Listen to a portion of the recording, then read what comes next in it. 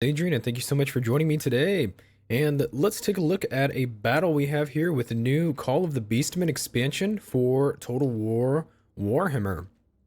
So, this is a battle that I just did from the Eye for an Eye campaign that I had kind of like started up and started playing with this morning. And I wanted to test out, how powerful are the Beastmen one-on-one. So this was a battle that I fought. I was outnumbered 10-1, and I had some pretty good buffs in my army. In the campaign, you get some buffs from your lords and your legendary lords and things like that. So I had some pretty good buffs, but I was facing a pretty formidable enemy army. It was me versus the Empire, obviously. So let's take a look at some of my units. So actually, this was my setup here. So obviously we have Vanguard deployment. We have the enemy position here. They have some Hellstorm rocket batteries. They have some swordsmen, some spearmen with shields. They have 5 lords in their army. I believe 1 is a legendary lord and 4 of them are Empire captains. Let me see. Yeah, it looks like they're all Empire captains. They had some Hellblaster volley guns. They had 2 Demigryph knights and 2 Demigryph knights with halberds. So they lacked infantry, but they made up for it more than ever with cavalry.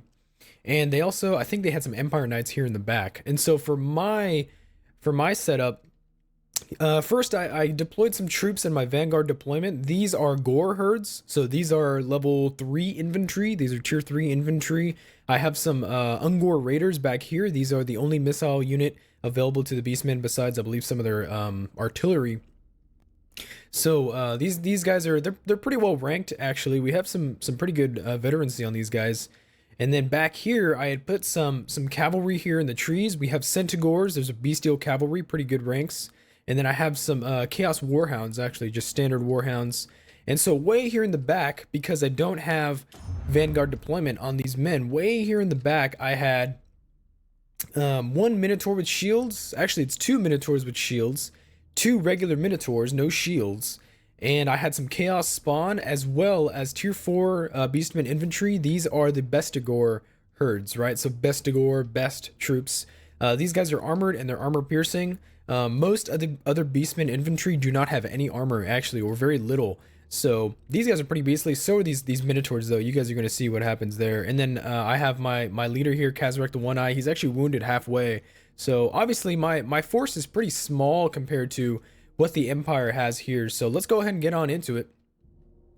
And I want to show you how this initial engagement came out. So I just charged in my troops from the Vanguard deployment. Here are the enemy. Oh, those graphics look beautiful. These are ultra settings, by the way. And so obviously they put down some fire on my Bestigor herds, but because those guys have so much damn armor, they actually weren't damaged that bad by the artillery. So we have the raiders coming in here. We have some initial melee engagements. Swordsmen versus the Gore herds. It's really kind of even. Depends on what angle you're able to attack. The swordsmen do hold up pretty good, and so obviously we see here the cavalry came in and just absolutely enveloped this little guy. And so they sent out some Demigryph knights over here, but I thought it'd be good to charge in the Minotaurs. So the Minotaurs come in and start thrashing at some of these Demigryph knights with halberds. And we actually did the same thing over here. We had some Centaur cavalry charged into these Demigryphs right here, and they did okay. They don't do that bad. So the initial melee engagement's kind of being cleared up here. We bring in some spawn, we bring in some Minotaurs. These Minotaurs are badass against infantry. These guys screw people up, man. You do not want to send infantry against a Minotaur. As you can see here, we're fighting off knights. We have some, actually I think it's 1 spearman and 1 Empire Knights regiment here, and these Minotaurs are just going to town. They're just having some work. These are Demigryph Knights with halberds, and they're facing off against my lord and against some Minotaurs, and they just get routed absolutely. Over here, it's less favorable. We actually don't do that well over here. These Minotaurs go down. We lose that unit, but we bring in some reinforcements from here, and one-on-one, these Minotaurs just they screw people up. Here, these Bestigor herds, because they're armor piercing and armor, they actually do okay against these Demigryph knights. We're actually able to get into their rear, and already you can see these men are exhausted because they've been fighting against Beastmen. Usually that's one of the advantages you have, is when you ambush an enemy army, the enemy is tired. And so we come in here, we have this engagement over here. These Minotaurs, they're damaged by artillery, but they're able to hold out pretty good. These Bestigor herds, though, because we are surrounded and encircled, we don't do that well. We were actually able to win the engagements over here, and I try to bring in some of these Warhounds and some of these routing units that have rallied. And so we get right into the rear of these Demogryphs, man. Oh, they're just getting destroyed. Look at this. Look at this. The Chaos Spawn, they're doing work out here. Look at those ugly guys. And we bring in some infantry right in the rear. And I actually eventually send the Minotaurs. We come over here. Oh, look at that. Look at those graphics. The Spawn are just, God, they're just disgusting. And those Minotaurs, they go to work too.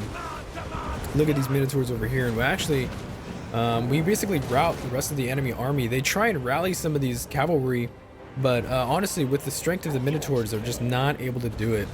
And so we kind of just get up in here right in the thick of it. They try to countercharge, hammer, and anvil my Minotaurs over here, but these guys are still going to hold out just fine. Oh, look at it. Oh, look at these Minotaurs. They're all bloodied up. Oh my God, it's just devastation. Look at all the dead. Holy God. It's just beautiful. And that was it. That's right there. That's just about it. That's when we cleared the field. And that's it. It was a Pyrrhic victory for me because I did lose more than the enemy, but I should have lost this battle, technically. If I end the replay here, so we can take a look at some of the casualties, right? So here I have 707 troops, and the enemy had 631. Technically, though, I guess they had more units than I did, so I was like outnumbered, I guess, because of the regiments. All these lords here, you can see they really didn't pay for themselves. The Demogryphs actually did do pretty good. The artillery did nothing, really. These Hellstorm rocket batteries were actually firing in my Bestigors, and their armor just really held up, to be honest. Let's see here. The Minotaurs are definitely paying for themselves. 59 kills there, 13 here, 17 here, and 1 here. But you gotta be reminded that all of these kills were on enemy cavalry. They were fighting against Demogryph Knights. They were fighting against Empire Knights. So these Beastmen are pretty kick-ass as far as being, I guess, not really an anti-cavalry sort of unit, but I would say they're your cavalry just in general, right? We have these Centaurs over here. These are technically the, quote, bestial cavalry of the Beastmen, but I actually prefer having Minotaurs in my armies. They move pretty quickly. Their charges are great, and I guess you could theoretically hammer an anvil with infantry, but you could also just have them in the fight and they'll hold up just fine. I think Minotaurs are really badass, and honestly, these Bestigors and the Gore herds did okay too. These leveled up archers here, they're actually pretty potent. If anything, these guys are actually a lot more accurate than other faction missile units. That's what I've noticed, is that these raiders here, they hit more of their shots than I've seen any other faction do. Maybe besides like crossbowmen and handgunners, but these guys are surprisingly very accurate. Not a lot of armor piercing damage though, but if you need some accurate missile units, I'm gonna say go for some Ungor raiders. But anywho, yeah, so that was just that battle. I wanted to check that out for you guys, and I wanted to have you guys see that. I will be uploading another video of another battle we're gonna do on one of the new beast maps. So I will see you guys in the next video. Thank you so much for watching. Please make sure to like, subscribe, and comment, and I'll see you soon.